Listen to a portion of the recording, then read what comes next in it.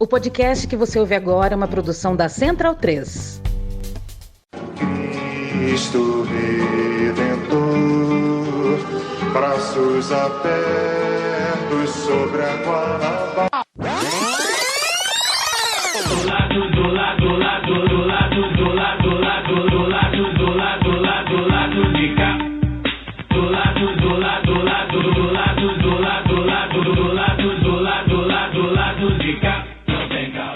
Bom momento, ouvintes da Central 3. Hoje é quinta-feira, dia 22 de maio de 2025, e eu sou o Caio Belandi, direto do seu estúdio, com o episódio 359 do Lado B do Rio, chegando no seu feed.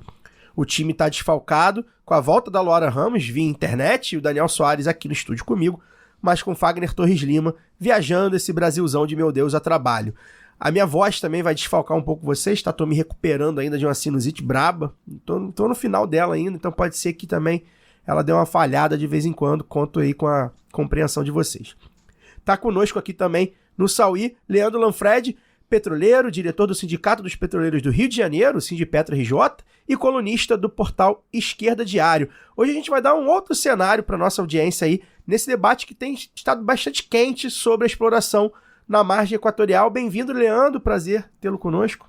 É meu prazer poder estar aqui, gosto muito do programa de vocês e poder debater esse tema polêmico que precisa ser debatido na esquerda nacional e mundial. É isso, precisamos falar, mandar um abraço para todo mundo lá do Sindipetro RJ, já foram nossos parceiros, são nossos amigos aí. Antes da gente dar uma boa noite para a bancada, preciso dedicar esse episódio à memória da Daiane de Jesus Barbosa, estudante de Relações Internacionais da UFJ, e ouvinte do Lado B do Rio, que nos deixou aí aos 22 anos na última terça-feira. Quando ela era estudante no Colégio Pedro II do Maitá, a Daiane fez um convite para o nosso painelista Fagner falar sobre jornalismo e questões raciais em nome do coletivo de Lélia Gonzalez, né, o coletivo de alunos negros do Pedro II do Maitá. Ela estava numa academia em Copacabana na última terça, teve um mal súbito antes de começar um exercício e não resistiu, né? Não tem mais informações até o momento sobre a causa da morte dela, e a academia que ela malhava, enfim, não tinha o desfibrilador, né, que é algo que é obrigado por lei, tá interditado, enfim, vão ter aí investigações, deixou a gente bastante em choque. Fagner falava com ela algumas vezes por causa desse contato que ela fez com a gente. Se eu não me engano, ela foi aluna do Vidal, nosso camarada, também lá no Pedro II, enfim, a gente ficou muito consternado. Uma morte de uma menina, enfim, brilhante, que todo mundo falava muito bem, muito inteligente, muito atuante, muito jovem, né? 22 anos, enfim, não é a idade para ninguém morrer. Vamos apurar aí vamos esperar aí a apuração das causas para saber. No momento que a gente pode deixar os amigos, colegas, familiares dela, é o nosso abraço. Dani, vamos falar de coisa boa, ou nem tanto, né? Nem tanto. A gente tem uma numeralha aí da economia brasileira no primeiro trimestre. Fazem a sua avaliação. Saíram os números, né, do IBGE divulgou, boa noite. Saíram os números divulgados pelo IBGE dessa numeralha de economia grandes agregados, né, do primeiro trimestre de 2025. Mais uma vez, o mercado está surpreso. Esperava menos, 27 meses seguidos, o mercado surpreendendo. Manteve um certo ritmo do crescimento, né, do PIB, não teve a desaceleração prevista, mais uma vez, desaceleração adiada. A manchete de economia do Globo. A galinha ainda não desceu para pousar. Exatamente, né? Números de emprego, teve uma pequena alta no desemprego geral, mas ainda acima dos 12 meses, relativo a 12 meses passados, né? Para primeiro trimestre de 2024, e um recorde histórico, né, da série histórica de número absoluto de empregos em carteira assinadas, e também um recorde histórico da média de renda do trabalho. A renda do trabalho dos mais pobres crescendo 10% acima da renda dos mais ricos, né? Quer dizer, a renda do trabalho recorde, a renda média, acho que 3 mil e poucos reais, a média nacional, e a renda dos mais pobres crescendo num ritmo, aí não a renda do trabalho, a renda dos mais pobres crescendo num ritmo maior que a renda dos mais ricos, o que significa, matematicamente, né, por aritmética simples, uma redução da desigualdade. E aí a gente vai àquela velha questão, né, que a gente vê há 2 anos. Por que o governo não consegue faturar em popularidade, né, e futuramente eleitoralmente, em cima de números que são boas notícias em qualquer lugar. Para começar, o próprio governo tem um timing complicado, né? Não tem falta articulação nas suas ações, e a gente fala só da comunicação, né? Mas às vezes a comunicação nada pode fazer. Quando na semana da divulgação de números muito positivos e tal, o governo monta uma coletiva, a área do Ministério da Fazenda e do Ministério do Planejamento, para anunciar corte de gasto e aumento de imposto. A PL da que boiada. Não, teve a PL da boiada, mas aí tá fora. Tá fora uma agenda do Congresso. Em tese, então, mas foi o que você falou. Faltou articulação para pelo menos adiar em uma semana. E na semana que você tá, no dia seguinte da divulgação de números positivos, tem corte do orçamento, que é sempre, tirando o mercado financeiro, é notícia negativa para todo mundo. Alguém vai perder e não vai ser o mercado financeiro, vai ser a gente, vai ser... Não vi ainda o detalhamento dos cortes, mas certamente muita gente vai perder, muito mais gente vai perder do que vai ganhar. E quem vai ganhar é quem não só não vota no Lula, como financia a sua difamação. E imposto, né? Porque ninguém gosta de imposto. E IOF é o imposto que bate na classe média, né? Porque é sobre crédito, é viagem internacional, né? Luara, que acabou de chegar de mais a viagem internacional, foi na semana, acho que tinha informações privilegiadas.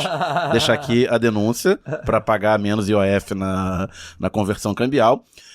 Mas é isso, né? Não basta fazer a entrega, né? A gente vive numa época cada vez mais não basta fazer as entregas de aumento de emprego, diminuição de desigualdade e tal. Você precisa fazer as pessoas entenderem que isso primeiro está acontecendo, e segundo, que há méritos no governo sobre isso, né? Porque é aquela coisa que a gente fala, né? O cara conseguiu um emprego, foi mérito, foi Deus, e não sei o que lá, e quando ele perde o emprego, a culpa é do Lula. Então a gente precisa não só comunicar, como também o governo ter uma mínima articulação interna para ter condições de faturar em cima disso. Tem só 2 dados antes de eu falar com a Luara sobre isso. Um é que teve uma pesquisa, se eu não me engano, do IPESP, né, que é o antigo IBOP, se eu não me engano, dizendo que sobre a percepção do governo, eu não li os números todos, mas só vi ali um trechinho, sobre a questão do INSS, e que parece, segundo esses dados, a imagem do governo não foi tão atingida assim quanto imaginava-se que poderia ser, dada a dimensão do escândalo aí do INSS. E o outro dado é que vai sair uma quest aí semana que vem, se eu não me engano, que já tá na rua, acho que entrou hoje na rua, sobre a aprovação também do governo Lula, já aí, provavelmente aí com esses números, vamos ver.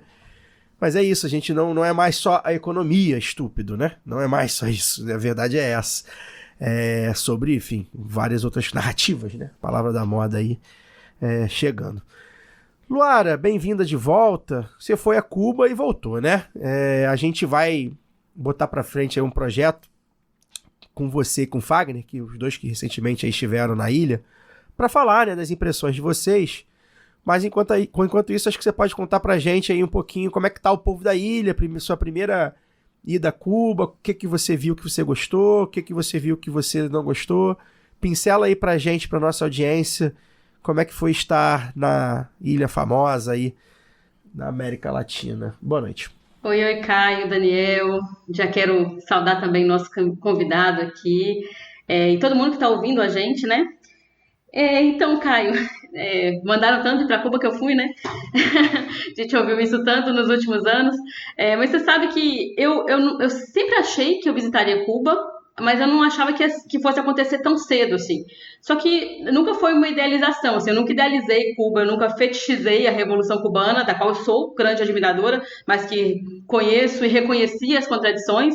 Mas vocês brincam aqui que eu viajo bastante, né? E isso é até algo mais recente na minha vida, né? Muito por causa do meu companheiro, que é um grande entusiasta das viagens e que me oportuniza acompanhá-lo. Mas durante essa viagem, que foi até mais curta do que as que a gente costuma fazer, assim, foram só 7 dias, mas eu me senti... Foi quando eu me senti de fato... Eu senti de fato que eu me tornei uma turista nessa viagem. Isso foi uma coisa bem interessante, assim. Eu disse algumas vezes durante a viagem, tanto pro Daniel, meu namorado, quanto para pessoas que a gente encontrava lá, que são necessários muitos olhos para ver Cuba, né? E eu, infelizmente, tenho apenas 2. E ainda sou míope. Então, o que eu quero dizer com isso é que eu desprezo todas essas análises que se dizem as verdadeiras, sabe? Aquela coisa, a verdade sobre Cuba, a verdade sobre tal lugar e tal. Porque o meu olhar, ele não é uma verdade, ele é a minha verdade, né? E é, antes de tudo, isso, é minha.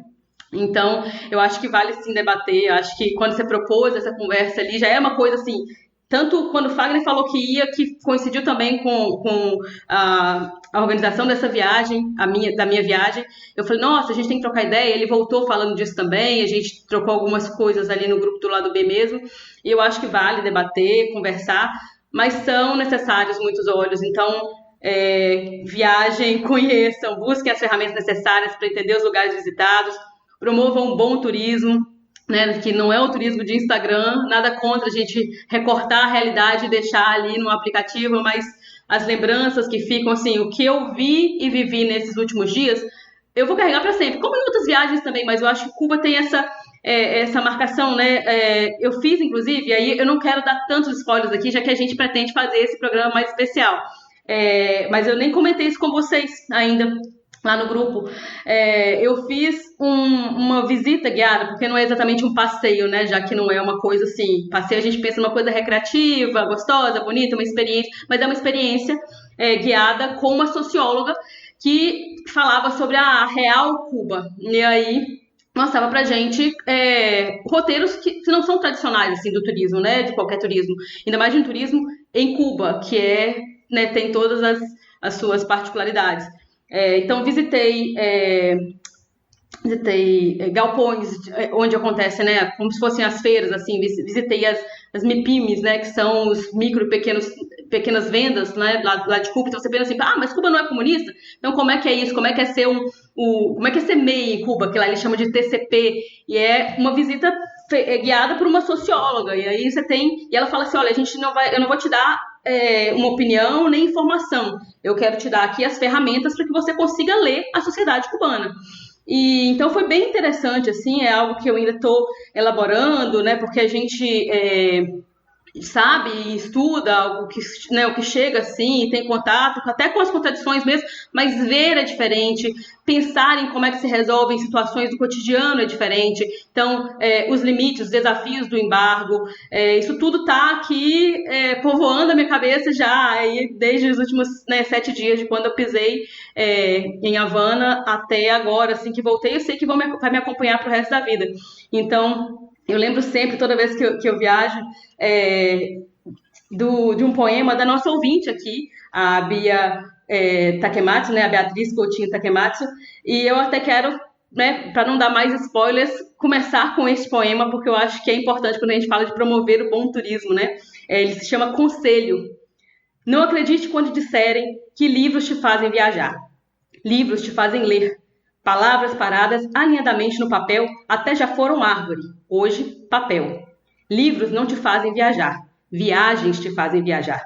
Vento no rosto temperado de sal, fugacidade emoldurada da paisagem na janela, ladeira para subir e descer, avião para cortar o céu. Não acredite quando disserem que livros te fazem viajar. Não dá para viajar no papel. Ou seja, na prática, a teoria é outra. E a gente precisa debater isso sim, porque existem sim as contradições, mas existe também gente disposta a superá-los, e é por isso que o lado B existe, é por isso que a gente quer promover esse debate também. Então vou te dar um desafio, hein? Esse é um desafio para você isso aqui. Sua viagem para Cuba em uma palavra. Uma palavra para sua viagem a Cuba. Transformadora. Ótimo. Bom, boa palavra. Desafio, hein? Falar em uma palavra, eu, você, Fagner, né? É difícil, né? A gente não tá acostumado. Eu falei que... Não, Caio, pode deixar, minha saudação vai ser rapidinha. Então ótimo, eu aqui declamando poema. Mas poema de ouvinte, que é mais chique ainda, gente. Acho ótimo. Antes da gente iniciar o papo, vocês já sabem, tem aquele recadinho. Considere financiar o Lado B do Rio em apoia.se/Lado B do Rio. Planos de 10, 20 e 50 reais. Nossa newsletter aí tá parada, tô enrolado aí com o nosso Lado B Notícias que tá chegando no final, mas... A temporada chegando no final. A temporada tá chegando no final, mas a gente vai fazer o sorteio aí dos brindes da Camisa Crítica na próxima semana, e aí se você quiser concorrer, basta ser apoiador para concorrer. Aliás, a curiosidade é que a gente não sorteia para quem já ganhou, então, como a gente teve um período atual, por exemplo, que a gente perdeu muito apoiador, a tendência é que vai ficando mais fácil de você ganhar, vai chegar um momento, se a gente não recuperar os nossos apoios, a gente espera que recupere, que um apoiador vai entrar já ganhando, né? Então, enfim, a chance aumenta também de ganhar o brinde, tem essa vantagem de concorrer com poucas pessoas. Mas apoia o lado B, se você não tá apoiando, apoia, porque pra gente é muito importante, tá, gente? E se você não puder ser esse financiador mensal, um apoiador de fato, você pode ajudar a gente quando puder, né? Com o valor que quiser, com o valor que puder, fazendo um Pix para lá do B do Rio, @yahoo.com. Bem, agora a gente vai ao que interessa. Leandro, vamos começar do começo, porque esse é um assunto que a gente abordou aqui de maneira paralela, digamos assim, né? A gente ainda não tinha feito um programa, a gente fez um Lado B Notícias sobre, mas ainda o debate ainda não estava quente. O debate esquentou nos últimos meses, né? Com políticos, partidos, pesquisadores, um monte de gente tomando seus devidos lados. Mas a gente quer começar do começo, então, porque esse talvez seja de fato um programa sobre a exploração da margem equatorial. Então, quero que você, por favor, explique pra gente o que se trata essa margem equatorial, de que lugar a gente está falando exatamente, as características, enfim, por que esse debate tem sido um dos mais urgentes em matéria de energia no Brasil. Bem, a margem equatorial é um nome, ao meu ver, um pouco genérico, que é dado por uma faixa geológica que vá do Amapá ao Rio Grande do Norte. Ela inclui diversas bacias dentro dela. Então você tem a bacia da Foz do Amazonas, que é essa do Amapá, você tem uma outra no Maranhão, tem uma próxima do Piauí, e a do Rio Grande do Norte, que na verdade está ao lado do complexo de Fernando de Noronha. Então, tem uma certa história geológica toda essa margem, é comum como parte da separação da África, mas tem algumas características diferentes em cada bacia dentro da margem. Eu acho que o próprio uso que é feito pelos defensores da exploração de chamar de margem equatorial, que é como a Petrobras usa, me parece que é proposital para tentar facilitar a exploração, porque assim você dilui os problemas. É a margem equatorial, é uma coisa imensa que vai do Amapá ao Rio Grande do Norte. Agora, se você chamar de complexo de Fernando de Noronha alguns dos campos na parte potiguar da margem equatorial, vai ser mais questionável fazer leilão desse lugar. A mesma coisa na proximidade da Foz do Amazonas. Então, é uma grande bacia geológica, várias bacias geológicas, e eu acho que é estranho esse uso, na minha opinião. A gente nunca viu ninguém chamar de margem leste, ou um complexo que inclua bacia de Campos, bacia de Santos, bacia de Pelotas. Ninguém chama de leste atlântico, ou qualquer nome equivalente com o que fazem na margem equatorial, porque assim, ao meu ver, tentam diluir isso. Existem indícios de grandes jazidas, né, particularmente na parte da Foz do Amazonas, se apoiando em indícios do que foi encontrado no Suriname e na Guiana Inglesa. Na Guiana Francesa, que é o país diretamente que faz fronteira com o Amapá, não foi encontrado grandes concentrações de petróleo. Então, tem uma primeira questão que não é tão garantido que o que está sendo explorado nos grandes campos da Guiana Inglesa, né, Guiana, né, só o nome Guiana, a 1.000 República da Guiana. República da Guiana, obrigado.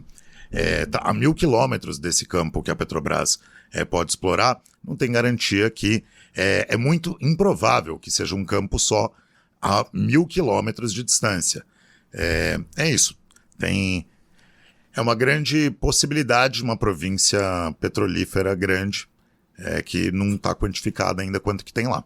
E aí a gente está falando de impactos ambientais severos, né? E aí eu queria que você falasse um pouco, principalmente, talvez sejam as duas bacias mais delicadas, pelo que você falou, a de Fernando de Noronha, a próxima de Fernando de Noronha, sim, e a do Rio Amazonas. E aí a gente está falando de biomas, enfim, vida marinha, comunidades ribeirinhas e de pescadores, etc. Tem esse impacto, é isso, né? Sem dúvida. Acho que tem dois ângulos para pensar o problema ambiental. Um ângulo, vamos dizer, do impacto local, sem dúvida, e é parte do questionamento. A a exploração na Foz do Amazonas. Um deles é da falta de consulta aos grupos indígenas, de terras indígenas adjacentes ao aeroporto de Oiapoque, que só durante o período de teste teria um aumento em 5.000 vezes a utilização do aeroporto. 5.000 vezes, só no teste, o território indígena fica a 7 quilômetros do aeroporto. Então, e não foram consultados, segundo os povos indígenas. Fora problemas de trânsito de navios, outras questões, possibilidades de vazamento. A Petrobras fez alguns investimentos para tentar conter possibilidades de vazamento. Então temos problemas locais, tem problema se existe ou não existem corais, é todo um debate científico complexo, que eu não sou nenhum especialista para poder tratar se existem corais ou não ali no Amazonas, mas também eu acho que vale a pena abordar a questão se devemos ou não explorar esses campos do ponto de vista também do aquecimento global. Queremos ter mais combustíveis fósseis que, para se realizarem como mercadoria, vão ter que ser queimados, gerando gases de efeito estufa. Então, acho que tem dois ângulos. Eu acho que se tem alguma empresa que faz alguma mitigação em relação a problemas ambientais em relação à fauna, é a Petrobras. Ela faz uma boa mitigação. Ela é famosa, por exemplo, por projetos de grandes animais marítimos. Tartarugas, Projeto Tamar, que ela não patrocina mais, né? Fica a crítica. Ela faz uma mitigação. Então pode ser que tenha segurança em como explorar. Mas é todo um debate também do respeito às comunidades e coisa que agora também vai ficar em questão com esse projeto que foi aprovado ontem no Senado, que as terras indígenas não homologadas não precisam mais de licenciamento ambiental. Eu não sei exatamente o status, se são homologadas ou não as da região ali do Oiapoque, mas é um problema claro e tem um problema ambiental mundial. Queremos ou não, como tratar? Temos transição energética, não temos? Como que essa produção se encaixa ou não com isso? Na minha opinião, não se encaixa, mas eu estou adiantando aqui em relação à pergunta. Não, maravilha. A gente vai desengomar mais esse assunto mesmo. Lu? Nossa, já tem coisas aqui que eu queria trazer, mas eu vou manter o meu roteiro porque eu acho que é uma questão, assim. Porque uma das coisas das justificativas, né, que os defensores da exploração na margem equatorial, tem que mudar, né, do termo, como você falou, né, Leandro? Não é o termo mais adequado. Como é que você fala, Leandro?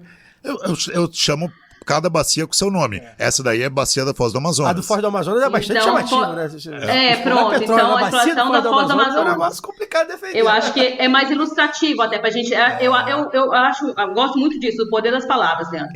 E aí, assim, uma das coisas que os defensores falam é justamente isso. Mas outros países, né, já há exploração ali, né, no entorno, né, a Guiana já faz e tal. Então, se tivesse algum vazamento, já seria um problema.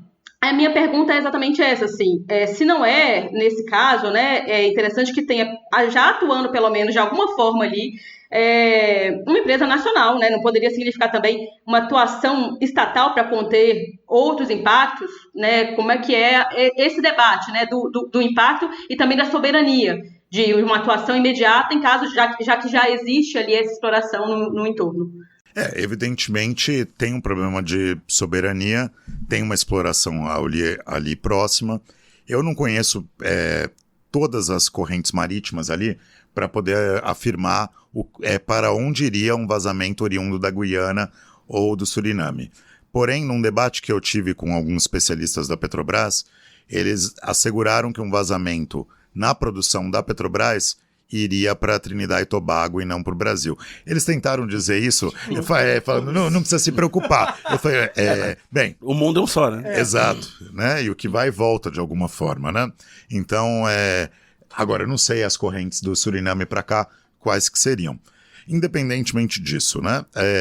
E a gente tem um problema, a meu ver, que a Petrobras ela é diferenciada de outras petrolíferas, mas cada vez mais ela trabalha como uma empresa que está a serviço dos dividendos de acionistas privados. Então, é limitado discutir soberania sem questionar a quem serve a Petrobras. Ela é, ao meu ver, gerida pelo Estado a serviço dos acionistas privados que detêm 62% do capital total da empresa. Então, ao meu ver, temos que enfrentar um problema de soberania, sim. E a soberania, também para entrar na discussão da soberania energética, qual a soberania energética? É a gente exportar quase o dobro do que a gente produz, ou se trata de produzir o que precisamos para o nosso consumo? Então, a quem interessa produzir tanto petróleo cru para ser exportado? É uma discussão de soberania? Há quem defenda. Eu não vejo assim. Eu vejo que tem um casamento entre aumento da produção com aumento dos dividendos estrangeiros e aumento da nossa contribuição ao aquecimento global, com a queima desses combustíveis. Mesmo que na produção no Brasil seja melhor a Petrobras que uma Shell ou alguma outra, quando vai consumir o produto, continua queimando CO2. O ciclo do carbono no petróleo, ele só é 5% na produção. 95% está no consumo. Então a Petrobras pode melhorar um pouco quanto que ela polui produzindo, mas o grosso da produção, da poluição oriunda do combustível fóssil está lá depois no carro, está na termoelétrica, está no navio, no avião, não está só na produção. Então acho que cabe... eu tento encarar, vamos dizer, como que a gente pensa os nossos problemas que precisamos, de como nos libertamos de uma opressão do imperialismo, com ao mesmo tempo não ter uma posição, a meu ver, que seja contraditória com o questionamento ao aquecimento global que a gente vive. Leandro, outros dois argumentos que costumam ser elencados, né, a favor da exploração por quem tem um viés de esquerda e tal, do risco político, de que se a gente não começar, se a Petrobras não começar a explorar agora, pode vir um governo de direita daqui a 2 anos e fazer um leilão e se conceder essa mesma área para Shell, Total, qualquer uma aí que viria a explorar sem um caráter nacional, mesmo com a Petrobras tendo tantos acionistas privados, né, e sem o padrão de segurança das operações da Petrobras. Isso é um argumento. O segundo argumento é que a Petrobras tem várias iniciativas, o governo brasileiro tem várias iniciativas de transição energética e que a renda oriunda da exploração dessas bacias poderia ajudar a financiar essas políticas. Então, o que você acha do primeiro argumento, do risco político, e do segundo argumento, que tem de um certo wishful thinking, um pensamento desejante, otimista, poliana, talvez, e o que a Petrobras tem efetivamente feito como política de transição energética? Bem, o primeiro argumento eu discordo. Eu discordo de ambos, né? Mas começar pelo primeiro, porque a gente tem um leilão marcado agora para 17 de junho, que a ANP vai conduzir, vendendo 330, eu não lembro exatamente, mais de 300 blocos, sendo 50 da bacia da Foz do Amazonas, tem mais alguns ali próximo de Fernando de Noronha, tem o Brasil inteiro à venda. A ANP pratica uma nova modalidade, isso mudou no Bolsonaro. Tem agora a oferta permanente, está tudo em leilão o tempo todo, com desconto. Isso vai acontecer. Termina a oferta de 300 blocos agora dia 17 de junho. Inclusive, os sindicatos petroleiros vai procurar outros movimentos sociais, sindicatos, para a gente organizar um protesto contra esse leilão. Porque pode ser que a Total, a Shell, qualquer empresa imperialista leve cada um desses 300 campos. Agora, isso acontecendo durante o governo Lula. Para quê? Por que vão fazer até o 17 de junho? Porque tem uma autorização de licenciamento ambiental que vence no dia 17. Já precisa ter assinatura no dia 17 para começarem. Começarem um processo anterior a esse que a Petrobras está.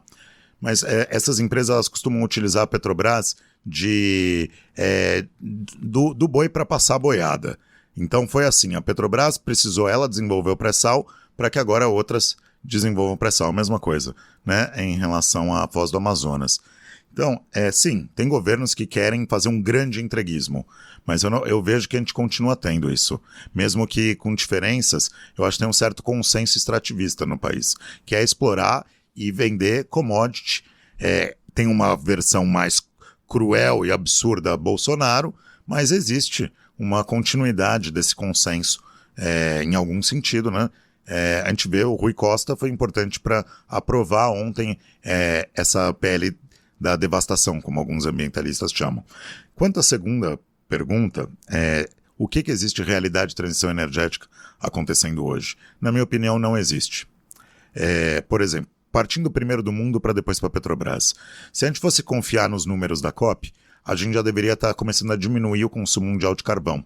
Ele bateu recorde no ano passado e existem diferentes debates se vai continuar batendo recorde agora. Os Estados Unidos vai porque os Estados Unidos liberou geral, ele acabou com qualquer política de substituição de carvão. Que eles estão chamando de clean coal, de carvão limpo. E agora a Petrobras, ela só dedica 11% de seus investimentos no novo plano de negócios, publicado agora, não é herdado do Bolsonaro, é de agora, 11% para o que ela chama de gás e baixo carbono. E gás não é, ao meu ver, um combustível de transição, porque ele continua emitindo gás carbônico. E ele é fóssil. Exatamente. Ele tem uma eficiência, do ponto de vista da queima energética versus a quanto CO2 ele emite, de aproximadamente 26% em relação a um combustível líquido. Mas ele continua emitindo muito gás carbônico. E é só 11% que é dedicado a isso. Tanto que o grande debate não é as novas jazidas de gás natural, por exemplo, no Sergipe, que tem jazidas de gás natural. É o combustível líquido cru da Amazônia, o debate. Chama da grande região da Amazônia, né? Não só Amazônia em terra, e que infelizmente a gente tem tratado pouco vários campos terrestres, inclusive da Eneva, empresa da BTG Pactual, que tem feito um grande desmatamento em terra em alguns campos no estado do Amazonas, principalmente o campo conhecido como Azulão. E isso não entra tanto na mídia, deixa passar isso. Então, ao meu ver, dedicar 11% dos investimentos a gás, isso não é fazer transição.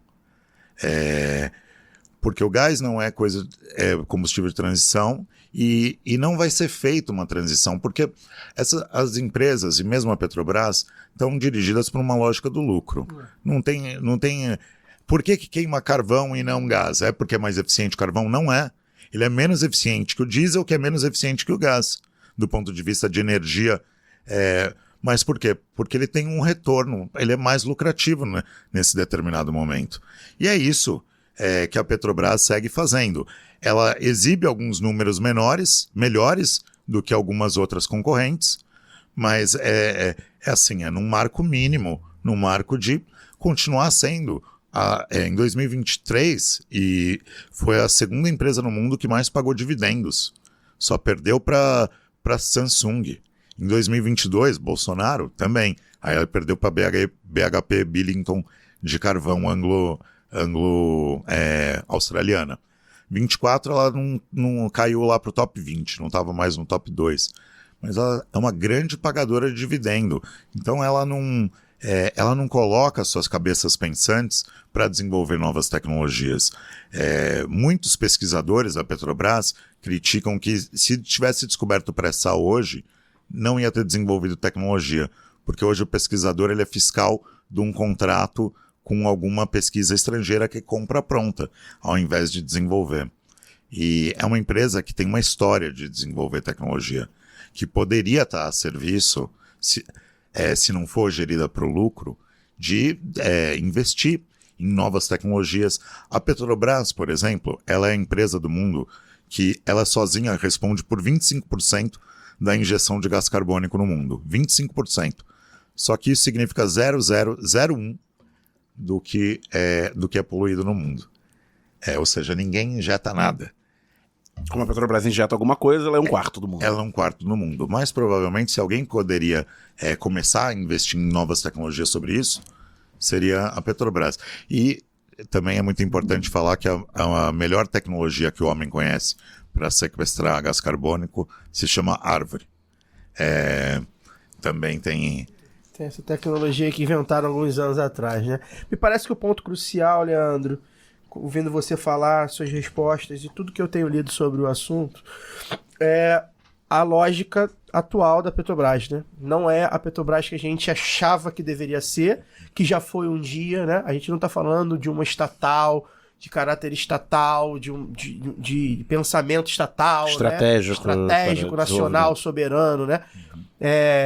A gente está falando de uma empresa que tem algum controle estatal muito, muito mais baixo do que antes e que obedece à lógica de mercado tanto quanto as outras que são privadas, né?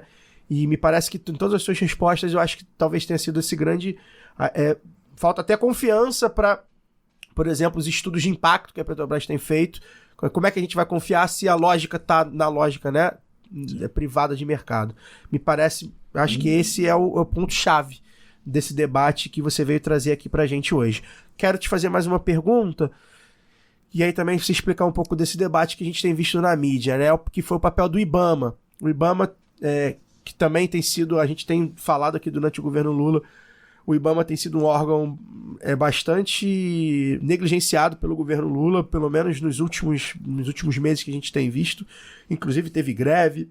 Enfim, a relação que se esperava que o Lula tivesse com o IBAMA, pela forma que o Lula se elege, principalmente, né, pelo governo como um todo, se elege falando de natureza, de energia, de meio ambiente, né? O governo Lula, a gente não pode esquecer que em 2022 era estratégico para o mundo, falava, né? Com toda a hipocrisia que o mundo falava também, mas enfim, de meio ambiente, de cuidar do planeta, o Lula tinha um papel primordial nisso.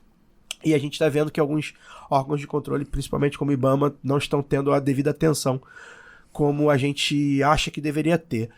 O IBAMA tem estudos sobre essa exploração, a Petrobras também tem. Eu queria que você falasse como é que a gente está vendo nesse embate, né? É claro que a gente tem forças políticas, a gente não pode ficar achando no tecnicismo, né? Quem é técnico, quem é científico, não é só assim a vida, a gente sabe, a gente está aqui há muito tempo falando sobre como a ciência tem um lado, enfim. Mas eu queria que você falasse um pouco sobre como é que você vê esse embate. A Petrobras garante, tenta mostrar pra gente que tem estudos, né? Por exemplo, não vai pra cá não, vai lá pra Trinidad e Tobago, eles que se fodam e tal. Problema do Dwight York.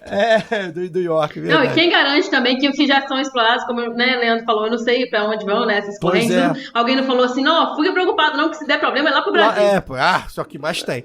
Vai lá pro Polo Sul, lá e tal, enfim.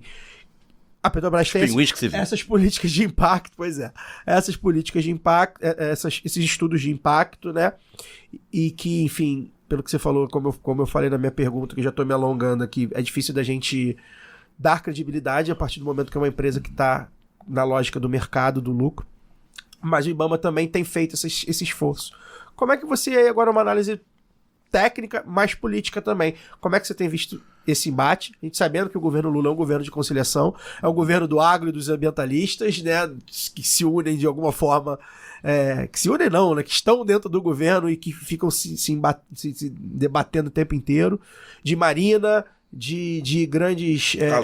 Carlos Favaro, enfim, e assim vai. Como é que você tem visto essa disputa, que quase sempre pende contra os ambientalistas mesmo, e o papel do IBAMA nisso? Então, eu acho que tem uma continuidade de atacar os técnicos do IBAMA.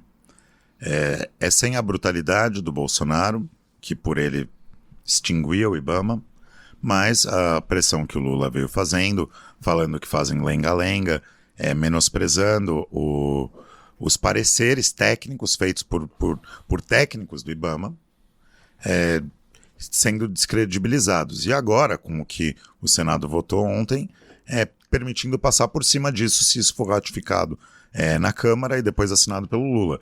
Porque pode se determinar que vai ser interesse da nação, então vai fazer uma reunião, Lula, Mota e Alcolumbre, o Conselho da República está aprovado. Não precisa de licenciamento ambiental, é isso que foi votado ontem.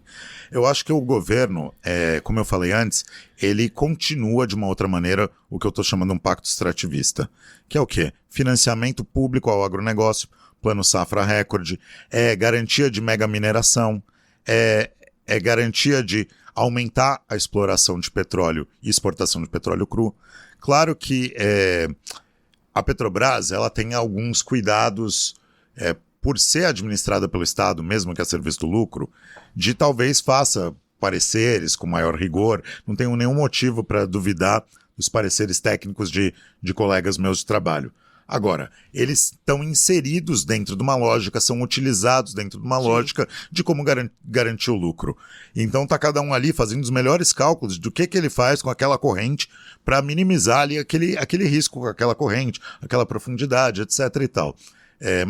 Tá tudo inserido numa lógica que não é presidida por nós trabalhadores, nem é presidida pelo interesse dos trabalhadores do país, visto que a maioria das ações já não são nossas e está sendo utilizado para isso. E mesmo a parte que vai para o Estado também foi degradado ao longo dos anos. Quando teve o pré-sal, teve um debate se a gente não devia mudar o modelo de exploração no país, da concessão para partilha. Esse debate não tem sido feito, inclusive sobre esses novos campos. Já se parte de naturalizar que seja a concessão onde vai menos para o Estado. Se parte de naturalizar que aquele debate, né, que o dinheiro do petróleo para a saúde e educação, isso foi pro lixo, já não tem mais isso. O governo do Rio, ele hipoteca os royalties futuros no mercado financeiro para receber um adiantamento que ele usa em outros gastos, que não é saúde e educação. Ele alega, pelo regime de recuperação fiscal, que ele não precisa usar para isso. Então, para onde vão esses recursos? Vão, ao meu ver, sobretudo para o enriquecimento de quem já é bilionário, né? 46% das ações são Bolsa de Nova York. É muita coisa. Mais 16% que é aqui na Bovespa. E dentro desse Bovespa é muito pouquinho que é um cidadão ali com seu pequeno fundo de garantia. Que é usado na hora... Isso que eu ia falar, esse é um bom ponto, né? As velhinhas. O cara que comprou lá quando tava em baixa, lá no Petrobras, saiu do emprego, comprou com a FGTS, tem lá, sei lá, 3 ações, 2 ações, 1 ação. Os acionistas, né? A gente sempre fala isso, né? O cara tem R$5 mil na Petrobras. Irmão, a gente tá falando, quando a gente fala dos acionistas, né? Outro dia saiu aí um que tinha 1 bilhão, sei lá quanto bilhão, né, de ação da Petrobras. Saiu na grande mídia, né? A gente tá falando dali do teu tio que, pô, se aposentou e comprou umas ações. Ou mesmo teu primo que é day trader, que gosta de ficar brincando de compra de ação. Não, a gente tá falando de bilionários que são donos de outros negócios, né? E que... Enfim, e que por isso mesmo podem influenciar, né? Exato, na política interna da empresa. Com outros negócios que influenciam bancos, etc, né? A gente tá falando disso, né? Talvez seja uma parte importante desse xadrez que a gente tem que mostrar, né? Acionista, pagar dividendo, não é para você ganhar lá R$5 mil da tua ação, R$10 mil da tua ação. A gente tá falando de bilionários ganhando bilhões. Peço licença para dar uma pausa no programa e apresentar os nossos parceiros. O sorteio para apoiadores e apoiadoras do lado B é um oferecimento da Camisa Crítica. Ouvinte tem 10% de desconto no cupom Lado B no site www.camisacritica.com. Tem lojinha física da Camisa Crítica no Sol e Sombra, bar que fica no bairro Bela Vista, em São Paulo. Já aqui no Rio, tem no armazém do MST, na Lapa, e na livraria Leonardo da Vinci, no centro. Camisa Crítica criada para uma esquerda que não tem medo de dizer seu nome. Aproveite e siga nossos parceiros nas redes sociais. Obrigado pela atenção e voltamos ao programa. Luara, vamos então para a última, por favor. Eu quero, na verdade, assim, pensar numa conta, Leandro. Ajuda a gente, assim, a pensar numa conta. Porque a gente já ouviu várias vezes isso, né? Desde essa coisa do pré-sal, toda a luta ali. Falando, não, agora vai e tal. O petróleo é nosso mesmo. Olha quanto. A gente agora é autossuficiente em petróleo. Então, assim, a minha pergunta sobre a conta é essa. Precisa? Porque o que precisa? Assim, na verdade, é porque a gente se já é autossuficiente, já não tem exploração bastante, o que falta não é investimento para refinar esse petróleo, a gente tem que continuar exportando isso e comprando mais caro. Qual que é a conta? Assim? Precisa? O que é realmente necessário? Onde investir? Onde gastar nossa energia militante para que a Petrobras volte de fato a servir ao povo brasileiro? É uma ótima pergunta. Vou tentar dar alguns números para ajudar nisso. Quando a Petrobras, no governo Lula II foi comemorada a autossuficiência, era 2 milhões de barris ali a marca da autossuficiência. Isso é o que é preciso para derivados, para a gente produzir gás de cozinha, diesel, gasolina, querosene de aviação. Aos poucos vai aumentando o consumo de gás natural. Então hoje, numa conta que mistura gás natural e petróleo, o que a gente precisa de 2,5 milhões. A gente produz 4,6. A gente precisa de 2,5, a gente produz 4,6. Tudo isso é exportação. O petróleo foi o produto mais exportado em valor no Brasil no ano passado, superando a soja, ferro. Então, no caso, cru. O somatório de petróleo e alguns derivados. O blend, né, a mistura que a Petrobras faz de petróleo acaba produzindo alguns combustíveis mais caros, então mais pesados, né, óleo combustível que usa em navio. Então o Brasil exporta bastante também esses derivados pesados de petróleo. E altamente poluente. Sim. A Petrobras fala que ela melhorou, agora ela tem com um enxofrezinho melhor e tal. Mas é isso, é uma mitigação no marco do problema, não é questionar o problema. Para que a gente precisa? Ter 2,1 milhões de barris dia de superávit que a gente exporta. Isso aí está a serviço de quê? Está a serviço dos dividendos. A Petrobras, que estava ali no 0 a 0 entre importação e exportação, é a que desenvolveu grandes tecnologias, inclusive a do pré-sal. Não é essa, com 2 milhões de sobra por dia. E cada vez menos é a Petrobras, tá? Eu estou simplificando. A Petrobras, ela é proprietária de 3,4. Ela produz 3,7, o país 4,6, só que ela é proprietária de 3,4, porque ela tem sócios. Então ela produz mais do que ela é proprietária. E as estrangeiras que estão produzindo 1 milhão aí estão aí para extrativismo exportador. E isso segue caindo por causa desses leilões que estão acumulados do passado. É um número estarrecedor aqui que eu quero trazer. Só durante o governo Lula III, agora, nos últimos 2 anos, a participação da Petrobras na produção nacional caiu 10%. Já está em 60%. Para comparar, em 2013 era 93%. Estamos em 60%. Segue caindo por causa do resultado acumulado de leilões e acumulado que nada que foi privatizado no Bolsonaro no Temer voltou. Nada. Então, como que a gente garante... Estão maturando esses campos cedidos e estão produzindo cada vez mais. E tem uma curva. E além disso, a Petrobras tem vendido ali uma participação em um ou outro. Ela continua majoritária, mas ela tinha 60%, aí vira 50%. 40%, e assim cada vez mais, o petróleo é cada vez menos nosso. Para além do debate se queremos ter combustível fóssil ou não, transição energética, um debate muito importante, mas também tem esse debate, vamos dizer, da subordinação ao imperialismo e como que esses bens naturais, né? Eu acho que é legal a gente tratar não como recursos, que é uma coisa só para você arrancar ali, esses bens naturais comuns são cada vez menos comuns, eles são cada vez mais de poucos. Que detém isso aqui e acolá no mundo. Leandro, muito obrigado pela sua presença. Acho que a gente conseguiu fazer o debate que a gente queria fazer, né? A gente deixou bem claro aqui que a gente acredita que esse é um assunto que precisa ser debatido, né? Como você falou, a gente precisa debater, a gente precisa conversar sobre isso. É um assunto muito delicado, inclusive porque a gente está falando do planeta, né? Está falando de desenvolvimento, de dinheiro, de economia, mas a gente está falando do planeta sobretudo, e a gente sabe a situação do planeta como está. A gente não pode brincar com isso, né? A gente não tem... A margem de manobra está cada vez menor, então acho que a gente deu um bom panorama sobre isso. E Petrobras, né?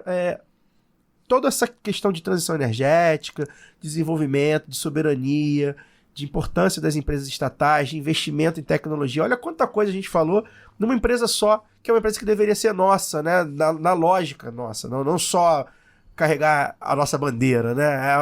A lógica deveria ser pro nosso povo, pro nosso país, né? E a gente sabe que pode ser. Então olha quanta coisa a gente falou num debate assim de 40 minutos, né? Muito obrigado pela sua presença, deixa seu recado final, onde a gente te acha lá no site, nas suas redes, enfim, deixa seu tchau, acho que foi ótimo o programa. Eu só queria falar, né? Eu acho que a gente tem que questionar a utilização da Petrobras, a utilização desses recursos para favorecimento dos capitalistas. Por isso, acho que a gente tem que lutar para que toda a cadeia de produção seja 100% estatal, de uma Petrobras controlada pelos trabalhadores. Porque assim a gente poderia realmente ter, questionando o lucro, desenvolvimento de tecnologias, gerar empregos. Números que usam os defensores da exploração são falaciosos. Eles falam em 300 mil empregos só ali na margem equatorial, sendo que todo o petróleo hoje no Brasil gera 600 mil. Então, para a previsão de uma produção muito menor, vai gerar tanto emprego. Então tem falácias aí que precisam ser combatidas e é muito importante a gente estar discutindo vamos dizer, a soberania do país, o enfrentamento com o imperialismo e discutindo o aquecimento global e como é necessária uma transição energética que tem que ser contra o capitalismo, ao meu ver, né? E para me achar, é Leandro Lanfred, como meu nome aí, meu Instagram. Também sou editor colunista do Esquerda Diário, www.esquerdadiario.com.br. Também tem canal ali no YouTube, pode encontrar ali.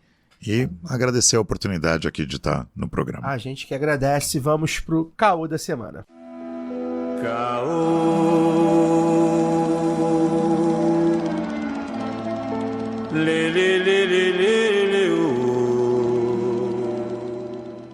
Olha, uma movimentação já prevista aconteceu de maneira muito rápida nesta semana e promete mudar o cenário eleitoral para 2026 aqui no Rio de Janeiro. Talvez você nem saiba, porque são coisas que às vezes passam batido na política que é muito nacionalizada, né, pra gente. Mas preste atenção. O vice-governador do Rio, Thiago Pampolha, sim, existe um vice-governador do Rio chamado Thiago Pampolha, do MDB, deixou o cargo para tomar posse no Tribunal de Contas do Estado. E foi tudo muito rápido. A indicação de Pampolha foi aprovada por ampla maioria na Alerj na última quarta-feira, com 57 votos favoráveis, 5 contrários, 7 abstenções e uma ausência. E no mesmo dia ele foi lá e já tomou posse, então já é do TCE. O Pampolha ameaçou algumas vezes rachar com a base de Cláudio Castro agora nesse novo mandato, aí, desde que assumiu, né, em janeiro de 2023. Trocou o partido? Trocou o partido. O Pampolha ameaçou ser o candidato à sucessão do Castro, que queria o Bacelar, que é o atual presidente da Alerj, e aí, enfim, ficou um imbróglio, mas, enfim, cumpriu o prometido. Então, vai ter aí uma matinha, né, porque o cargo no TCE é vitalício, um salário bom, não aparece... E ele é jovem, acho que ele não tem 40 anos ainda, ele vai ficar 40 anos no... Pois é, não aparece muito, se bem que os do TCE do Rio às vezes aparecem, né? Aparece preso. Foram teve uma vez que foi... Não, foi preso todo mundo. Não foi preso, não foi afastado. Foram afastados todos, menos o que é o... indicada pela... O indicado pelos servidores, que é obrigatório para o estatuto. Pois é, então vamos olhar também. Pode ser que apareça aí de outra forma. O TCE é complicado. Inclusive tem um que está tentando sair também, mas... Lembrando que o TCE faz não só a auditoria das contas do Estado, como dos municípios, exceto da capital. Isso, que tem o próprio tribunal. Que tem o próprio, porque é uma exceção, porque já existia antes da Constituição de 88, que é só Rio e São Paulo tem TCMs, né? Tribunal de Contas Municipais. Isso. E aí, ele sai, o que acontece? Deixa o cargo de vice-vago. E aí vai acontecer, né? É uma provável, porque, enfim, vai acontecer a renúncia do Cláudio Castro, porque ele vem para concorrer ao Senado. Então ele tem até abril para sair do cargo de governador. E aí o governador do Rio, portanto, a partir de abril, se ele sair em abril, ou se o Castro saindo antes, será o presidente da Alerj, Rodrigo Bacelar, que está atualmente no União Brasil. Vai ser o candidato... Tá no PL. Tá no PL? Bacelar é PL. Que foi futuro candidato da situação. Confere, o Daniel vai checar essa informação. Lembrando eu acho que ele no Brasil... tecnicamente, né, o presidente da Alerj, ele assume temporariamente e a Assembleia elege alguém para terminar o mandato. Mas não vai dar tempo. Não, dá, porque é uma eleição feita dentro da Alerj. Mas é pule de 10. Já deixa o presidente que qualquer um pode ser candidato, inclusive, né?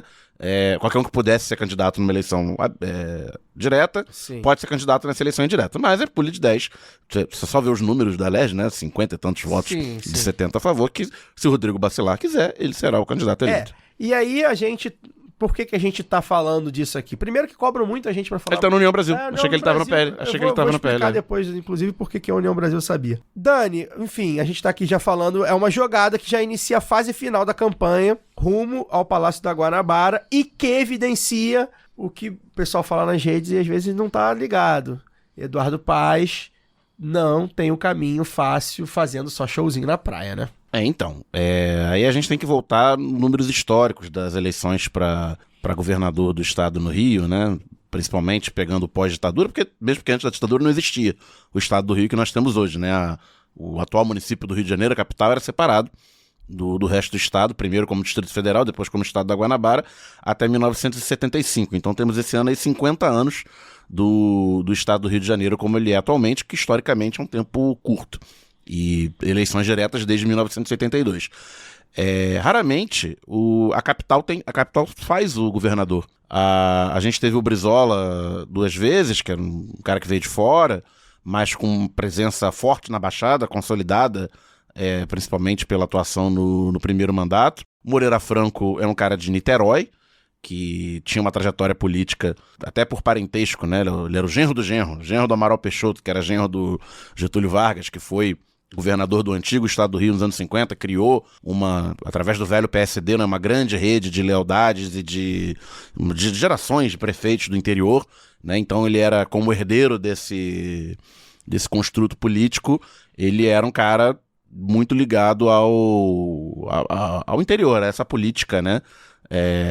Mais local. Depois teve Marcelo Alencar, que é a exceção, né? Que um ex-prefeito da capital, que saiu popular do cargo no final de 92, consegue se eleger governador em 94, em cima do desgaste do brizolismo, filiado ao PSDB. Já indo mais pra direita, né? Já indo mais pra direita, filiado ao PSDB no contexto da eleição de 94, que é a eleição do Real, do Fernando Henrique, etc. 98, o Garotinho vem eleito pelo PDT com um cenário ainda de mais baixo ainda do brizolismo. Ele consegue se eleger pelo PDT, vindo de um mandato e meio de prefeito de Campos, né, no norte do estado, batendo César Maia, que é um cara que saiu da prefeitura consagrado, consegue fazer o sucessor, o Conde, numa época que não tinha ainda, na última eleição sem reeleição, né, que foi a municipal de 96. Volta a Rosinha Garotinho, né, o nome ligado ao Garotinho, norte fluminense, em 2002. O Cabral, que é um cara da capital, mas que foi presidente da Alerj durante muitos anos. Não chegou a ser prefeito. Ele foi durante 8 anos presidente da Alerj, então, embora ele fosse um político oriundo da capital, ele tinha uma vasta atuação na Alerj, com contato com deputados do estado inteiro, né? Então ele era um homem do estado, mais do que um político que... E um homem das articulações. Um político que nasceu cresci em Copacabana, nasci em Cavalcante, cresci em Copacabana. Mas se fez político na Alerj. E depois dele o Pezão, que era o vice dele, mas que também do interior, voltou a ser o prefeito de Piraí, né? Um pequeno município do sul fluminense, mas era o cara também das articulações, enquanto vice-governador era o cara das articulações políticas no interior. E 2018 a gente tem o Witzel, que nem do estado né? Mas derrotando mais uma vez um ex-prefeito de capital, que saiu, embora não tenha feito sucessor, em 2016 saiu com uma boa avaliação, né? Prefeito dos Jogos Olímpicos e tal, uma boa avaliação pessoal. Mas não faz o sucessor, mas era favoritaço para as eleições de 2018 até o dia da eleição, né? Ele lidera as pesquisas até o sábado e aparece em segundo lugar na boca de urna e depois fica num segundo lugar distante naquele contexto do bolsonarismo. Mas ao longo do segundo turno, se o bolsonarismo colocou o Witzel em evidência, ao longo do segundo turno toda essa construção política, né, das lealdades de deputados estaduais, prefeitos de interior e da Baixada, que elegeu Moreira Franco, que elegeu Garotinho, que elegeu Rosinha, que elegeu e reelegeu Sérgio Cabral e que elegeu Pezão, e que parecia estar com o Eduardo Paes, porque ele era o herdeiro ali do PMDBismo, né? Do Cabral e tal. Ela se bandeia toda pro Witzel. Vem o bolsonarismo que rompe. Exatamente. E traz com ela. E Cláudio Castro, como vice do Witzel, herda isso, e é reeleito de forma consagradora em 2022. A gente achava que ele seria um candidato forte, mas não achava que ele seria tão forte, né? Que ele é eleito com 58% dos votos no primeiro turno. Ele tem mais votos que o Bolsonaro, né? O Bolsonaro ganha no estado do Rio, ganha na capital, mas o Castro acho que ganha em todos os municípios, menos Niterói, porque o atual prefeito, né, que na época é ex-prefeito, o Rodrigo Neves, era candidato, teve 5, 6% do total, mas ganha em Niterói.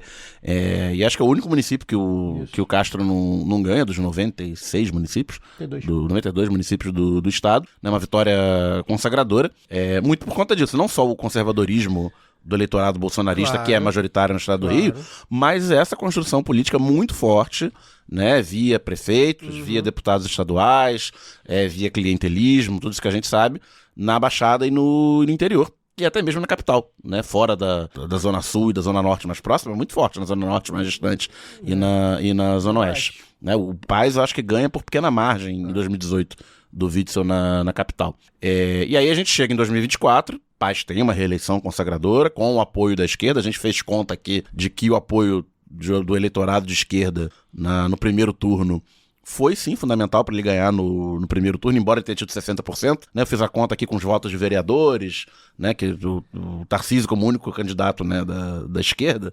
Se a gente somar os votos dos vereadores dos partidos de esquerda, incluindo PT, né, o PSOL e tal, e subtrair os votos do Tarcísio, dava 12%.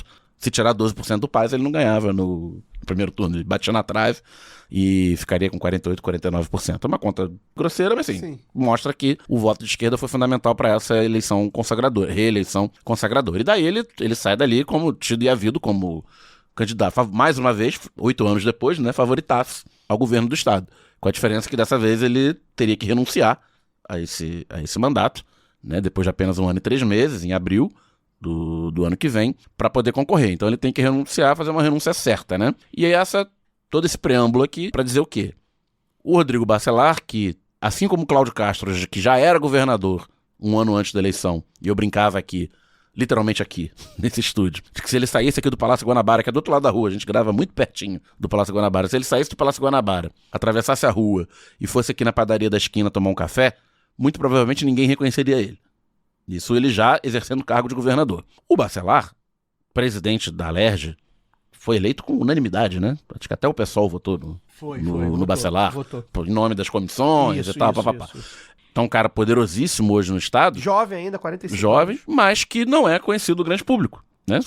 Mais uma vez, se você sair a pesquisa aí, o nome dele dá 1%, 2%. Se bota candidato do Bolsonaro, cresce. Mas, e vai crescer mais. E vai crescer mais. Mas se ele sair ali da Alerj, que hoje funciona no antigo Banerjão, né? Ali pertinho do Largo da Carioca. Não, se ele atravessar o Largo da Carioca pra tomar um chopp no Gaúcho, ali, no balcão, não vai ser reconhecido, ninguém vai abordar ele. Só mais um cidadão de... A não ser algum servidor da Alerj possa reconhecê-lo ali. Mas ele assumiria o cargo em abril, né? Teria essa visibilidade no cargo, 6 meses. As informações que a gente tem, né? O Leandro Rezende, que eu acompanho, nosso amigo, já esteve aqui com a gente, um jornalista que acompanha muito de perto a política carioca e fluminense.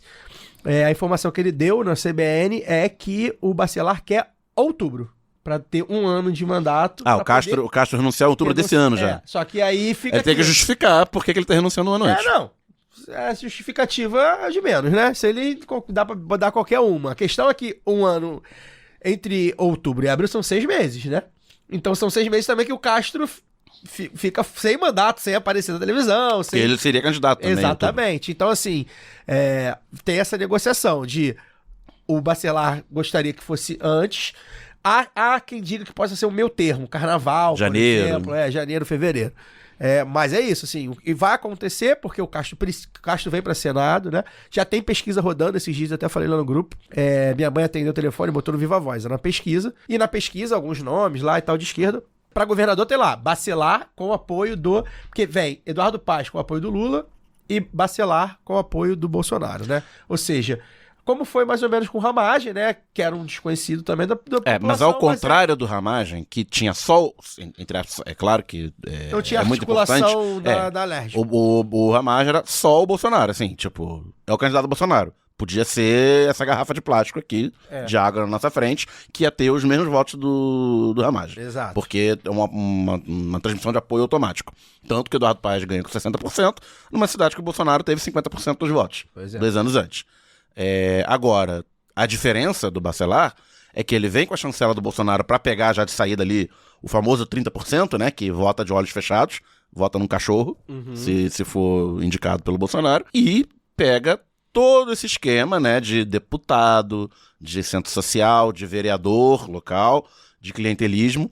O PL, embora o Bacelar seja da União Brasil, mas que no estado do Rio de Janeiro é muito colado, né, com o bolsonarismo, no Brasil de forma geral, mas no estado do Rio de Janeiro mais, o PL tem ampla maioria na Alerj, elegeu a maioria dos prefeitos, né, mais de 20 prefeitos no estado, e se você for olhar dos 92 aí, 80 devem comer na mão do governador, né? O cálculo que o Castro tem é exatamente isso. Fez barba, cabelo e bigode na Baixada, né?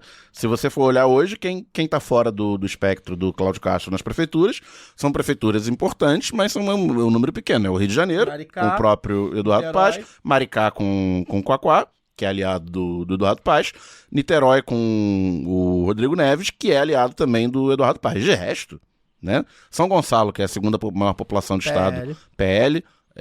Duque de Caxias, que é a terceira colégio eleitoral, é MDB, mais o MDB do Washington Reis, que é um dos principais secretários do Castro. Então, a rede de apoios políticos que eles têm é muito poderosa, com um cara que é o cara que articula isso hoje no estado. Então, o cenário, o Paes vai ter que ter muita pesquisa qualitativa aí na mão, né? Qual é o detalhe também, né? Porque, em tese, até abril, que é quando ele tem que renunciar, ele vai estar liderando com folga as pesquisas, porque a campanha não vai ter começado. Qual é o detalhe, né, que é importante, né? Aliás, o Bacelar, sabe de onde o Bacelar é? Campos. O pai dele foi vereador e presidente da Câmara de Campos, e ele começou a carreira lá também. Ele foi deputado estadual desde 2018, teve primeiro 26 mil votos, depois 90 e poucos mil votos, né? Ou seja, é um cara que vem crescendo aí. Mas é um cara principalmente de bastidor, né? Ele deve ter uma atuação muito forte no colégio eleitoral local. Esses 90 mil votos devem ser muito concentrados em Campos e região, né? Mas ele é um cara muito forte no bastidor. Isso. E o ponto primordial é que nasceu, a gente não chegou a falar aqui, eu acho, nasceu o grande monstrengo da direita, extrema-direita, em termos partidários aí recentemente, que é a Federação PP União Brasil, né? Que querem atuar aí, vão atuar juntos aí nos próximos 4 anos enquanto federação. Então, o PP União Brasil, eles concentram, né, o famoso centrão, né, o centro fisiológico, e no Rio de Janeiro eles concentram boa parte dos prefeitos, né? Quem não é do PL é de um desses dois, ou daqueles partidinhos menores que tá ali. O próprio MDB hoje em dia. Pois é. Então, assim, por que a gente quis falar isso pra vocês, mostrar isso pra vocês, né? Primeiro, que cobram muita gente pra falar de política do Rio. É um projeto meu que eu nunca consigo botar em prática. Vamos ver no YouTube aí, ou então um podcast aí, sei lá, menor, que eu acompanho, eu gosto, eu me interesso de saber, embora seja muito complicado mesmo, horrível de acompanhar, por causa disso, né? Manobras como essa que são feitas. E segundo, para as pessoas não se surpreenderem. Quem é o Bacelar? Mas o Bacelar não tirou uma foto. Como é que elege o Bacelar? Assim que elege o Bacelar. Do mesmo jeito que elegeu o Castro. Do mesmo jeito que elegeu o Castro, agora em 22. E do mesmo jeito que, enfim, acontece às vezes na prefeitura aí, das suas cidades menores e tal.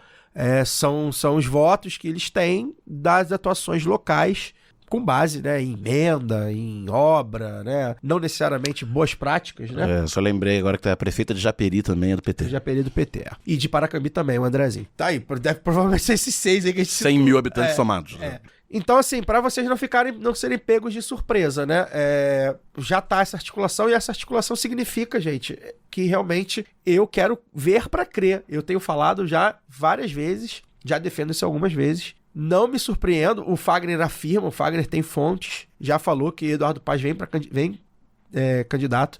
Ele colocou na campanha do PSD, né? O PSD tem aí as inserções na TV, ele já colocou que o governo do estado pode melhorar e tal. Ele já falou que vem candidato nas próximas eleições. Não tá monotemático falando de segurança pública e de guarda municipal armada.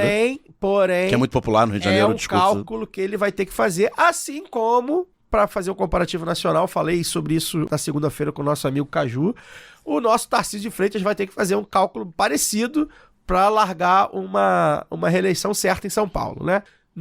Se está no poder, a política é muito sobre expectativa de poder, né? Sobre quem vai ocupar, não hoje... E no caso, ambos tendo que renunciar em abril. Se o Tarcísio vier para reeleição, ele pode ficar. Se ele vier para presidente, ele tem que renunciar em abril. Então, assim, embora tanto o Paes quanto o Tarcísio tenham condições, né? A gente vai falar sobre isso mais para frente, de disputar e eventualmente serem eleitos. Eles têm nome para isso, articulação para isso. Não é um cálculo simples de ser feito, né? E aí acho que vai ter que botar na balança. Eu não me surpreenderia, vou repetir de novo, se o Eduardo Paes falar assim, não, vou ficar esses 2 anos, eu vou cumprir. E ver o que vai dar, né? Porque se Lula se elege, ele pode pegar um ministério, né? Dependendo de quem se eleja na direita, ele também pode pegar um ministério. Não, mesmo porque ele teria mandato até o final de 28. Pois é. Então, política como nuvem, né? Diria o conterrâneo da Luara, Tancredo Neves. Então, ele pode fazer num cenário de reeleição de Lula ou de não reeleição de Lula, sabe-se lá o que teremos em dezembro de 2028. Ele pode ser, por exemplo, um ministro da primeira reforma ministerial, do Tarcísio, do 2029. Haddad, do Lula, do Ciro, enfim, de qualquer nome, presidente. E vira em 30. Pois é. Então, e vira governador em 30. Então, vamos aguardar. o que tem por aí, e só pra deixar claro... Ou não vira governador, vice-presidente. 30. É o que eu defendo isso. Você sabe. Pular. Porque o Palácio Guanabara também é um cemitério de carreiras políticas. Carreiras políticas. Um monte de gente quis chegar na presidência e não chegou, passou pelo Guanabara e ficou. Isso que os que não foram presos e depostos. Mas enfim, esse era o assunto que a gente queria trazer pra vocês ficarem ligados, e o pessoal de fora também, né? Que fica, como é que elege? Pô, ninguém conhece. É assim que elege, é assim que a política do Rio funciona. A política estadual funciona de uma maneira geral, né? Acho que todos os estados têm essas nuances. O Rio, considerando até o tamanho, né? As particularidades. É tudo muito pequeno, tudo muito junto. Mas é muita gente, né? É muita gente concentrada, mas assim, é muita gente concentrada em algumas cidades. A população, quase a população de Minas Gerais, em 10% dos municípios, né? Minas tem, sei lá, 800 e pouco, né? 800 e pouco, Rio de Janeiro 92. E desses 16, 15, mais ou menos 15 milhões... 2/3 estão na região metropolitana, né? Que é a capital Baixada, Niterói e São Gonçalo. Pois é, aí que tá. O interior não tem tanta concentração de gente assim. É mais nesses lugares, por exemplo. Por que tem toda hora político de Campos? Porque Campos tem muita gente, é uma cidade muito grande do Norte Fluminense, etc. Então, assim, o Rio tem essas particularidades. Tem agro no Rio, né? As pessoas às vezes esquecem, né? Tem fazendeiro. Então tem tudo que tem aí nos outros estados, só que é muito menor. Então as articulações são até mais fáceis de serem feitas nesse sentido, são mais parecidas, as cidadezinhas ali pensam mais ou menos da mesma maneira, enfim. E é isso, você com a máquina pública na mão, né, é difícil de você perder uma eleição, gente, é muito difícil. Na política partidária, né, quando você perde uma eleição que você tá com a máquina na mão, é muito mal visto isso, né? É engraçado você falar isso, de perder a eleição com a máquina na mão. Eu acho que a última eleição que o grupo que estava no poder não conseguiu reeleger foi em 98, Guarantim. Que o Marcelo Alencar não veio candidato, porque estava muito impopular, lançou o Luiz Paulo, que era o vice, e não pegou nem segundo turno. Isso. Segundo turno foi o César Maia, ex-prefeito e o Garotinho. É bom lembrar, muita gente esquece disso. Em 2006, a primeira eleição do Cabral, ele veio pelo PMDB, a Rosinha, o grupo Garotinho, a Rosinha e o Garotinho estavam no PMDB. Ele era o candidato o Garotinho não fez uma campanha tão forte. Estavam rachados, porque ele não conseguiu não é prévia, né? Na convenção, ele não conseguiu o candidato dele, esqueceram o secretário dele, que ele queria. O Cabral, que era senador, na época, com todo esse histórico, né, de presidente da LERJ e tal, conseguiu se impor e ganhou.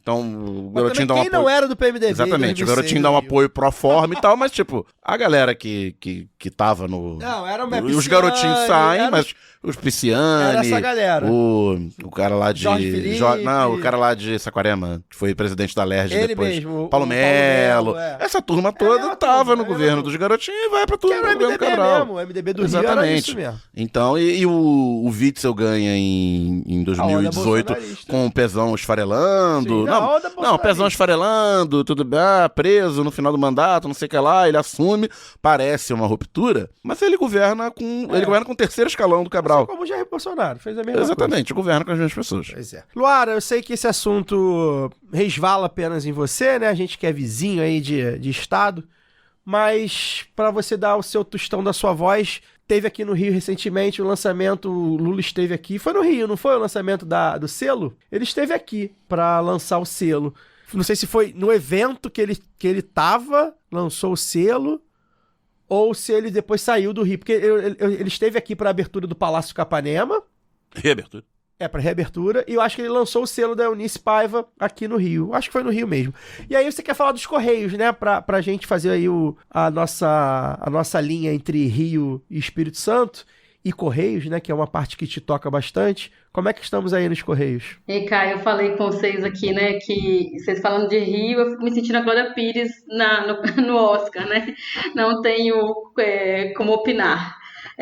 Ou pelo menos não opinaria tão bem quanto vocês fizeram aí esse panorama da política carioca. Mas sim, tava confirmando aqui, o lançamento foi mesmo no Rio, o lançamento do selo em homenagem a Eunice Paiva. Eu acho que esses, né, são movimentos importantes assim, de disputa das questões, né, da memória e tal, aproveitar também o time aí do filme ainda. Mas eu queria ler para vocês que na publicação dos Correios, né, no Instagram, o comentário mais curtido é o seguinte: tradução: rombo bilionário nos Correios atraso de até 30 dias nas entregas, falta de clareza nas atualizações de rota, consta a caminho, mas nunca sai do lugar, agências fechando, redução da jornada com impacto no salário, cancelamento das férias e milhares de empresas, empreendedores e consumidores prejudicados com essa gestão de quinta e eles comemorando um selo. Este é o comentário mais curtido. Agora, sabe quem fez esse comentário? O maquiador papagaio da Michelle Bolsonaro, aquele. E ele tem mais de 6 milhões, quase 7 milhões de seguidores. Os Correios têm 360, quase 370 mil seguidores. E ele, se você olhar hoje no perfil desse rapaz, ele fez um fio, né, sobre Correios e tal. Fio até que nem tanto, mas esse comentário aqui, o pior de tudo é que eu concordo com ele, porque o pau tá quebrando dentro dos Correios, né? Semana passada, a gestão atual divulgou uma série de medidas para sanear as contas dos Correios. Entre elas, isso, assim, corte de diminuição da jornada, né? Ou com diminuição do salário, suspensão das férias dos trabalhadores, né? Uma suspensão. Então, assim, medidas unilaterais que a gente não espera de um governo que, se não é inimigo, como era o governo Bolsonaro, fosse pelo menos aliado, né? Então, assim, eles até recebem os trabalhadores, mas, já que nós falamos aqui de poder das palavras com o nosso entrevistado, parece que as palavras não significam mais nada, porque a gente teve aí uma perda de receita dos Correios, né, com aquela portaria do Ministério da Fazenda, né, com a taxa das blusinhas. Então, me parece, essa é uma avaliação minha, né, que a privatização continua, mas de uma forma velada, né, ali nas brechas, e os trabalhadores estão sendo apartados dessa discussão, que eles são recebidos, mas as reivindicações parece que entram por uma orelha e saem pela outra, porque a gente vê uma empresa desse tamanho, que poderia servir ao povo brasileiro, eu sempre falo disso aqui, sendo tratada como mera coadjuvante, né? Deixa de ser o grande player nacional que a gente pensava que os Correios poderiam ser. Até teve um lançamento recente aí do Marketplace dos Correios, foi alardeado e tudo, mas na prática não é isso que acontece, porque os pequenos empreendedores, os micro e pequenos empreendedores já usam os Correios, mas com atraso nas entregas, quem é que vai ter segurança em usar os Correios, né? Se você tá lá um monte de cliente te enchendo a paciência que a encomenda não chega. E não chega porque até bem pouco tempo, né, semanas atrás aí, estava a transportadora terceirizada cruzando os braços porque não recebia do contrato firmado com os Correios. Quer dizer, o repasse não foi feito. E isso tudo é jogado na conta desse suposto prejuízo, né, desse suposto déficit bilionário, que tem sim, eu acho que não dá para desprezar um déficit bilionário, mas que muita coisa entra nessa conta aí que precisa ser colocado para debate público, sabe? Já trouxe aqui algumas vezes isso, assim, que o lucro não deve ser, né, o primordial, a prioridade numa empresa pública, os Correios são muito mais do que isso. Mas isso também, números desse tamanho, não podem ser desprezados. E quando vai levar para o papel, a primeira coisa que colocam é o corte nos direitos dos trabalhadores. Ah, não, mas porque eles têm isso, isso e isso. Ah, porque o movimento sindical está reivindicando, são pautas corporativistas. E não gente. Nós estamos falando da vida das pessoas, do direito. Imagina direito às férias. Quer dizer, nem no governo Bolsonaro os caras mexeram com isso. E até eu fico pensando assim, como é que o presidente atual dos Correios, ele foi indicado, né? Ele era do grupo Prerrogativas. Ele foi uma indicação, não é um quadro da institucionalidade partidária, mas é um advogado, sacou? E um cara que como é que os caras metem essa, por exemplo, suspensão de férias, que me parece uma coisa mais óbvia, que vai cair sabe, qualquer liminar redigida ali da forma mais simples vai conseguir um negócio desse. E o desgaste político, o desgaste com os representantes dos trabalhadores e também com que cara a gente defende uma empresa ou defende mais investimentos numa empresa que vira as costas para os trabalhadores. A categoria setista ela foi importante na organização, na mobilização da campanha de 2022. O movimento sindical, né, da categoria de Correios se empenhou muito, porque a gente sabia não só da ameaça de privatização que foi dentro do governo Bolsonaro, que a gente chegou ali, né, na beirinha de ser privatizado mesmo, porque não deu tempo do Paulo Guedes passar isso até o final, mas não só por isso, assim, porque a gente acreditava que com o diálogo, não seria só assim, a coisa do diálogo, vamos te receber, mas que a gente fosse de fato atendido nas nossas reivindicações. Eu falo a gente porque eu me sinto uma setista honorária, vocês sabem disso. Então, me perturba bastante os movimentos que estão sendo feitos e também o mau uso de um recurso, porque eu já falei para vocês várias vezes, eu repito sempre, falo sempre com a companheirada de Correios, a conta é muito simples. Haddad, Lula, a conta é simples. É quanto custa não ter uma empresa como os Correios. Sabe? Se a gente pensa, e não precisa voltar muito não, nós estamos falando aqui, pandemia, já você imagina, foram considerados trabalhadores essenciais. Quanto é que custa terceirizar um serviço desse numa pandemia de novo? Sabe, quanto é que custa hoje, assim, estamos falando de entrega de vacinas, de urna eletrônica, de livro didático, agora anunciaram também que os Correios vão receber ali os aposentados para poder verificar se houve desconto indevido, eles podem reivindicar ali nos Correios que tem repito isso sempre também aqui, tem agência em todas as cidades, todos os municípios brasileiros têm agência de Correios, porque é um direito do povo brasileiro ter acesso aos serviços postais. Então, assim, mais um serviço que está sendo fornecido ali à população e deve fazer cada vez mais isso. Mas a gente questiona assim, poxa, cada vez mais sucateado, os direitos precarizados, o salário não cobre tudo o que precisa, porque também há esse problema, assim, uma das queixas é quanto ao plano de saúde, que houve um descredenciamento em massa, né, da rede do plano de saúde da categoria cetista. E aí você precisa gastar, né, pegar mais do salário para poder gastar com os serviços médicos. A conta não fecha. E aí quem sempre tem que pagar são os trabalhadores. E isso no governo que deveria ser, no mínimo, aliado, sabe? Porque foi eleito também com as nossas votos. A gente fala muito de conciliação, mas quando é que a conciliação vai servir para a gente? Sabe? Por que só para ele? Por que o acordo tem que ser só para poder beneficiar os caras lá? Então, são coisas que eu quero trazer para cá, porque a gente vai ficando de saco cheio. Eu nunca tive problema mesmo, assim, com Correios, nunca tive. Já tive problema com entregador privado e tal, mas sei que existe, sei que tem muita coisa para poder resolver. Só que o que eu defendo, o que a gente defende na categoria de Correios, né, no movimento sindical de Correios, é que ninguém melhor para resolver esses problemas que quem faz esse trabalho todos os dias. A gente sabe onde é que está o problema. A gente sabe o peso de carregar uma bolsa, sabe, de 8, 10 quilos todos os dias, por quilômetros.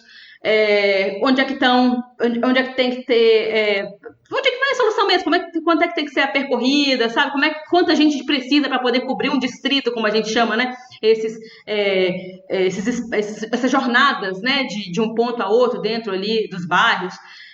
Isso quem sabe é quem faz. Então vamos confiar mais nos trabalhadores, vamos ouvir mais os trabalhadores. E aí ontem, né, quarta-feira, dia 21 de maio, foi lançado o Comitê em Defesa dos Correios, que é uma parceria aí da FENTEC, principalmente, né, que é a federação que tem mais sindicatos filiados, e a Frente Parlamentar Mista, mas a Frente Parlamentar, né, presidida aí pelo Leonardo Monteiro, do PT de Minas Gerais, é uma Frente Parlamentar em Defesa dos Correios.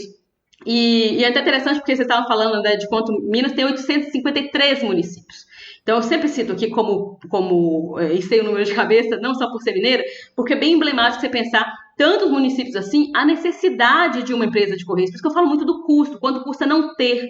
E aí tem, né, o presidente da Frente Parlamentar é o Leonardo Monteiro, mas a gente esteve lá também presente na relatoria, lá na mesa, né, do comitê, a Dandara, que a gente a deputada Dandara, que a gente já entrevistou aqui, que é outra deputada mineira de Uberlândia, porque é muito isso, assim, pensar em integração nacional, pensar em segurança nacional. Correio significa tudo isso. Quanto significa não ter? Eu repito isso porque, para mim, é muito... a gente fala de desenvolvimento, a gente fala disso tudo, mas quem materializa isso é o serviço de Correios. Quando entrega, o crescimento de e-commerce. A gente vê o e-commerce crescendo, o que fizeram? Foram lá e cortaram de onde podia ser a arrecadação de Correios. Então, assim, é um negócio que não dá para entender os movimentos, ou até dá, se a gente pensar que o sucateamento continua como um projeto, né? Agora, pensar isso neste governo também é pensar como uma traição. E isso precisa ficar bem nítido para a gente também saber quem são os nossos reais inimigos. Né? Que acordos são esses que estão sendo feitos e com quem, que a gente, né, não está participando, não está nessa mesa, e aí a gente vê ameaças aos postos de emprego, porque tem que pensar que uma empresa de tamanho de Correios tem quase 100 mil trabalhadores, agora cada vez mais terceirizados, mas isso, né, também afeta pelo menos aí 100 mil famílias. e aí dos empreendedores, e aí dessa cadeia toda também. Então é um impacto muito grande que talvez as pessoas pensem, né, erroneamente, constantemente pensam que é só corporativista, que é um problema do direito dos trabalhadores de Correios. E não é. Isso é um impacto real sobre a economia brasileira, é um impacto real sobre a integração do Brasil, é um impacto real sobre o desenvolvimento, é um impacto real sobre os serviços que podem ser ofertados numa empresa desse tamanho. Então, trazendo todos esses elementos aí, mais uma vez, para tentar usar um pouco a minha voz de exetista honorária e também elaborar, né, como eu gosto sempre de falar, né, Caio, desses problemas que são problemas de todo o conjunto de pensar, de todo o conjunto da sociedade brasileira, porque a gente usa e poderia usar melhor. Né, eu penso que, eu sempre cito aqui que Petrobras, Correios, Eletrobras, são empresas estratégicas para o desenvolvimento do Brasil. Você não ter poder de ação sobre essas empresas é você abrir mão da soberania nacional e abrir mão sobre a atuação diante, né, da economia, dos atores dessa economia. E eu acho que isso é uma tremenda burrice. Esse que é o ponto. Ou são esses os pontos todos? É isso, são esses os pontos. Já deixo a deixa para você dar seu boa noite. Obrigado pela participação, bem-vinda de volta. Até semana que vem. Valeu, Caio, Daniel, valeu todo mundo que me ouviu aí. Já declamei poesia, já falei de Cuba, já falei de Correios. Acho Serviço que hoje completo. Bati o meu. Faltou só a cartinha do. É o capitalismo! Ou então, como é que é o da Conceição Tavares? Como é que é? É o imperialismo! Eu esqueci como é que ela fala exatamente. Tem que fazer aquela. Quanto custa pra tatuar aquele vídeo nas costas? Tem que perguntar aí pros nossos amigos tatuadores. Pô, frame a frame, né?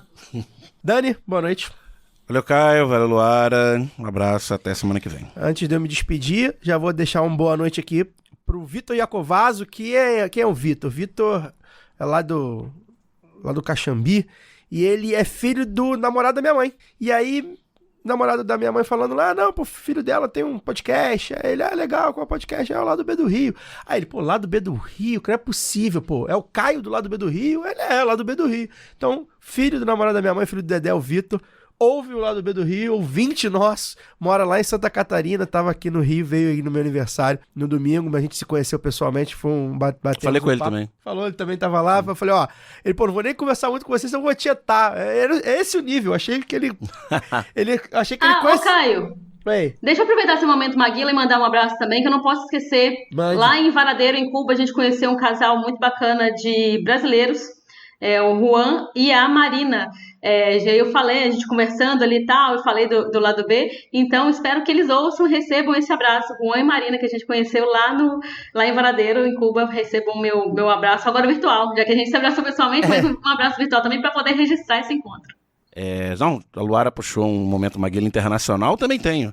Aqui um abraço para Gabi Raymond, nossa ouvinte de Jacksonville Beach, norte da Flórida. Então, para quem acha que num estado que vota no Trump nós não temos ouvintes, está aí a resposta. Está a Gabi Raymond ouvindo a gente lá na Flórida. Tem umas 5 pessoas nos Estados Unidos aí ouvindo. Pô, o Juan e a Marina, eles moram, eu não vou lembrar a cidade agora, mas eles moram no Canadá. Aí me reconheceram que eu tava com o bonezinho do MST, assim, a gente até tinha ouvido mais ou menos no português, mas não tinha identificado, né? Porque uma coisa curiosa é que eu cheguei lá em Cuba, eu comecei a pensar em espanhol, gente, foi muito engraçado isso.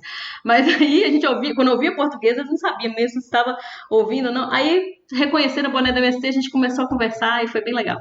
Legal, e mandar um abraço também pro pessoal da Taça, isso aqui é inacreditável, Antony Garotinho, que eu disputei domingo agora na Tijuca.